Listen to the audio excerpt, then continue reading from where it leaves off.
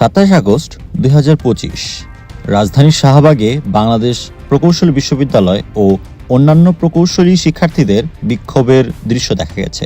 শিক্ষার্থীদের সরকারের কাছে তাদের 3 দফা দাবি মেনে নেওয়ার জন্য আন্দোলন শুরু করেছিলেন। এটা কি কারণে করছেন বা কি মানে কারণটা কি? মেইনলি এটা হইতেছে প্রকৌশল অধিকার আন্দোলন, যে ডিপ্লোমারা যেসব অযৌক্তিক দাবিগুলো করছে এটার বিরুদ্ধে আন্দোলন। দ্বিতীয় দাবি হচ্ছে আমাদের 3 দফা আন্দোলন।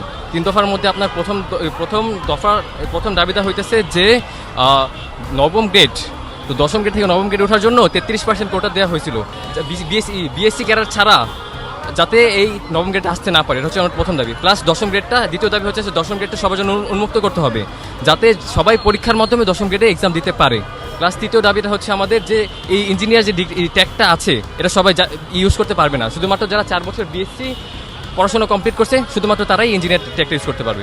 শিক্ষার্থীদের মূল দাবির মধ্যে রয়েছে 9ম ও 10ম গ্রেডে প্রকৌশলী পদে কোটা ব্যবস্থা বাতিল করা, ইঞ্জিনিয়ার উপাধি শুধুমাত্র বিএসসি ডিগ্রিধারীর জন্য সংরক্ষণ করা, ডিপ্লোমা শিক্ষার্থীদের জন্য আলাদা পদ ও পদোন্নতির সুযোগ নিশ্চিত করা। দুপুরে শাহবাগ মোড় অবরোধ করে শিক্ষার্থীরা প্রধান উপদেষ্টার বাসভবনের দিকে পদযাত্রা শুরু করেন। পুলিশ পরিস্থিতি নিয়ন্ত্রণের জন্য গ্যাস ও সাউন্ড গ্রেনেড ব্যবহার করেন। এতে অন্তত 10 জন শিক্ষার্থী আহত হন।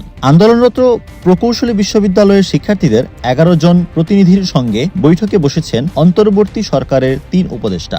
বৈঠকটি 27 আগস্ট সন্ধ্যায় রেল ভবনে অনুষ্ঠিত হয়। শিক্ষার্থীরা 5 দফা দাবি উপস্থাপন করেছেন এবং ফলাফল না পাওয়া পর্যন্ত সড়ক ছাড়বে না বলে জানিয়েছেন।